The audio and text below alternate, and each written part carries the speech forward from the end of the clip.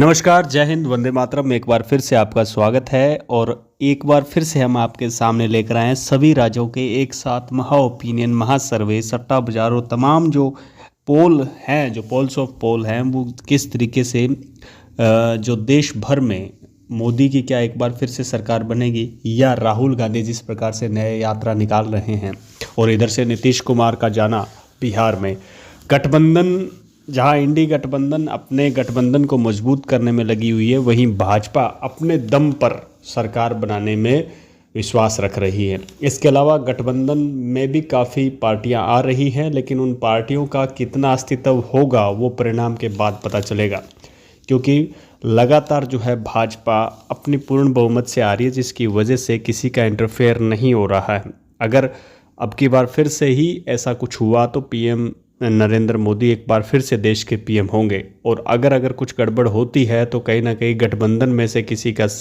PM बनना या फिर कोई नया चेहरा पीएम के रूप में हो सकता है।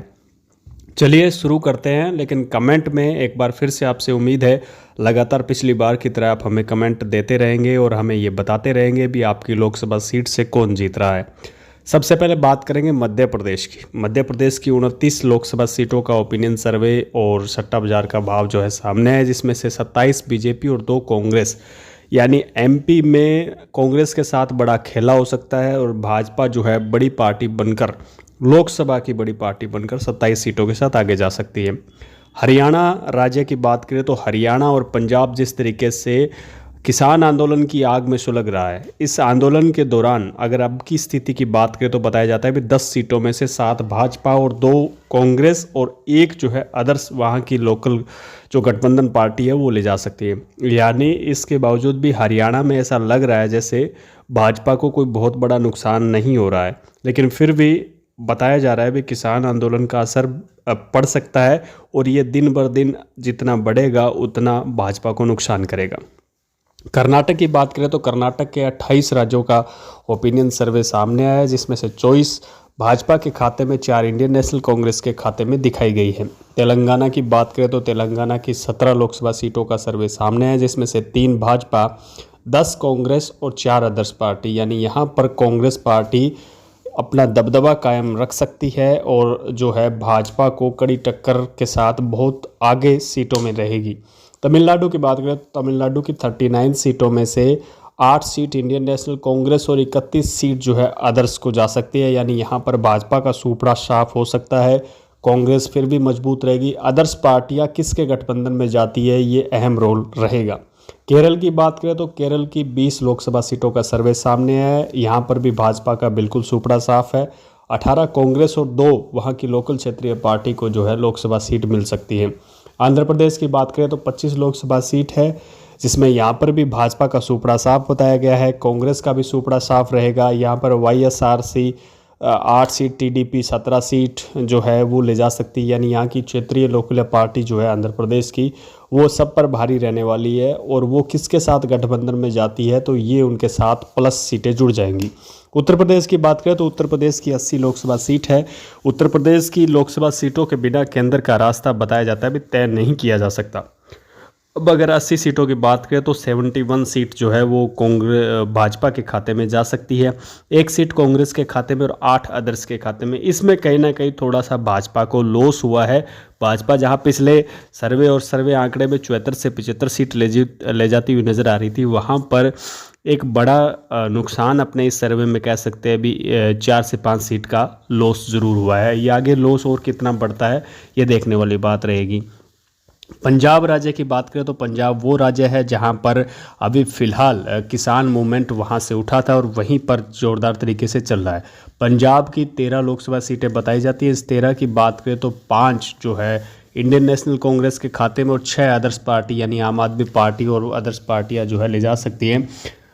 अनुमान ये लगाया जा रहा है अभी 2 सीट जो है भाजपा यहाँ से लोकसभा की निकाल सकती है, लेकिन अगर इसी प्रकार से कड़ा विरोध किसानों का रहा तो जिस प्रकार से भाजपा और कांग्रेस का सुपड़ा साफ आम आदमी पार्टी ने किया था, तो ये भी एक बड़ा नुकसान जो है वो इन 2 सीटों का भी हो सकता है, ऐसा एक अनुमान लगाया गया है। झारखंड की बात करें तो झारखंड की 14 लोकसभा सीट है, जिसमें से 11 भाजपा, कांग्रेस का सुपड़ा साफ और 3 अदर्स पार्टियां ले जा सकती हैं। पश्चिम बंगाल यानी वेस्ट बंगाल, ममता दीदी की बात करें तो ममता दीदी वाले जो प्रदेश है उसमें 42 लोकसभा सीट है, जिसमें से 27 बीजेपी, एक कांग्रेस और 14 जो है अदर्स पार्टियां यानी ममता दीदी की पार्टी ले जा सकती है।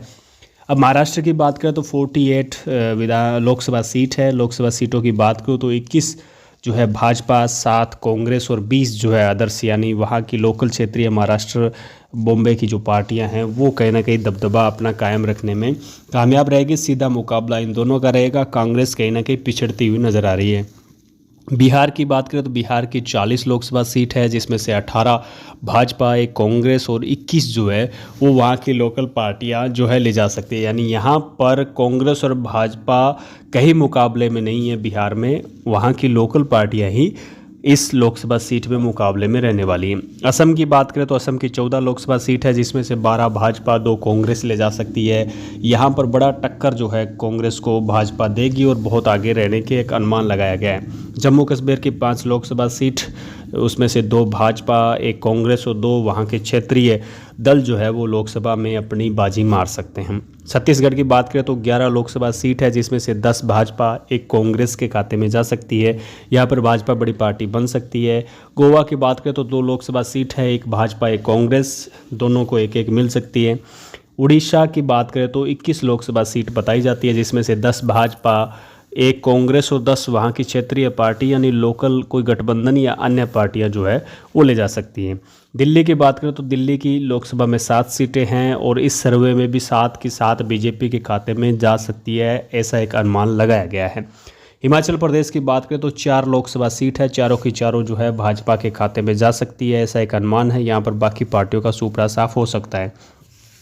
चंडीगढ़ में भी 1 सीट भाजपा के खाते में जा सकती है, 1 ही सीट है लोकसभा की। उत्तराखंड की बात करें तो 5 लोकसभा सीट है, पांचों की पांचों भाजपा के खाते में जा सकती है, बाकी पार्टियों का सुपड़ा साफ रहने वाला है। अरुणाचल प्रदेश की बात करें तो 2 लोकसभा सीट है, दोनों की दोनों भाजपा के खाते में जा सकती है, बाकी जो है कहीं ना कहीं सुपड़ा साफ बताया जा रहा है। मणिपुर की बात करें तो 1 लोकसभा सीट है जो सीधे तौर पर भाजपा के खाते में जा सकती है। त्रिपुरा की बात करें तो 2 लोकसभा सीट है, दोनों की दोनों भाजपा के खाते में जा सकती है। गुजरात में एक कड़ा मुकाबला देखने को मिलेगा, क्योंकि पिछली बार भी मूवमेंट अच्छा खासा कड़ा हुआ था, सभी पार्टियों ने अपना अपना दम दिखाया था। अब की बार लोकसभा की बात करें तो लोकसभा में माना जा रहा है अभी भाजपा जो है बहुत मजबूत स्थिति में है और भाजपा 26 लोकसभा सीट है गुजरात में, 26 की 26 लोकसभा सीट में जो है वो वहाँ से विजयी हो सकती है। हालांकि बताया जा रहा है अभी 8 से 10 सीटों पर कांटे की टक्कर रहेगी। उन कांटों की टक्कर को तब्दील क्या होता है, परिणाम क्या तब्दील होते हैं, वो अलग मैटर है। राजस्थान की बात करें तो राजस्थान में अभी फ़िलहाल 25 के 25 लोकसभा सीट भाजपा के खाते में हैं, लेकिन अब की बार कई सांसदों के विधानसभा चुनाव लड़ने के बाद, वो जीतने के बाद वो विधायक बन चुके हैं, तो उनके स्थान पर कौन से चेहरे आते हैं तो वो चेहरे भी काफ़ी अहम रखेंगे। लेकिन अभी फ़िलहाल की स्थिति की बात करें तो राजस्थान में बताया जा रहा है अभी 25 की 25 लोकसभा सीट एक बार फिर से भाजपा की झोली में जा सकती है। अब अन्य छोटे और बड़े राज्यों की बात करें तो 12 और सीटें बनती हैं। उन 12 सीटों की बात करें तो ना तो वो भाजपा के खाते में जाएगी, ना कांग्रेस के खाते में जाएगी, वो अदर्स पार्टियां यानी लोकल क्षेत्रीय पार्टियां जो है वहाँ लोकसभा में अपना दबदबा कायम रखेगी, जैसा कि रखते आ रही हैं। अब टोटल अगर एनालिसिस करें 543 सीट यानी 543 सीटों का, तो अब की बार सबसे अहम आंकड़ा हम आपको बता दें 159 यानी 159 सीटें जो हैं वो अदर्स पार्टियां ले जा सकती है। यानी पिछले सर्वे के मुकाबले 4 से 5 सीटें जो है अदर्स पार्टियों की बड़ी हैं। यानी कहीं ना कहीं एक जो माहौल बन रहा है देश में, उसमें कहीं ना कहीं 4 से 5 सीटों का जो है वो जो फ़ायदा जो है अदर्स पार्टियों को हो रहा है। अब अगर कांग्रेस की बात करें तो कांग्रेस जहां 59-58 सीटों के लगभग हर सर्वे में आ रहा था, लेकिन इस सर्वे में कहीं ना कहीं 6 सीटें बढ़ोतरी के साथ 65 के लगभग सीटें जो है इंडियन नेशनल कांग्रेस को पर्सनल यानी अपने हिसाब से अपने वजूद से आ सकती है। और वहीं भाजपा की बात करें तो भाजपा के बारे में बताया जा रहा है अभी 319 सीटें जो है वो आ सकती है, जहां 329-30 सीटें आने का एक अनुमान था। तो उस सीटों में कहीं ना कहीं इस लॉस में कितना जो है भाजपा अभी तक हालांकि बहुत ज़्यादा पिछड़ नहीं रही है, क्योंकि इसके हिसाब से भी वो आराम से अपनी केंद्र में सरकार बना लेगी। फिलहाल के लिए बस इतना ही। कमेंट में अपनी ज़रूर राय दीजिएगा। आप जिस भी लोकसभा क्षेत्र से है कमेंट करिए और हमें बताइए कि आपके हिसाब से आपके क्षेत्र में क्या हो सकता है, कौन सी पार्टी विजयी हो सकती है, इस ओपिनियन सर्वे को लेकर आपके क्या ख्यालात हैं वो भी हमें कमेंट करिए और हमें ज़रूर बताइएगा। आपका हर कमेंट हमारे लिए इम्पोर्टेंट है। जय हिंद, वंदे मातरम।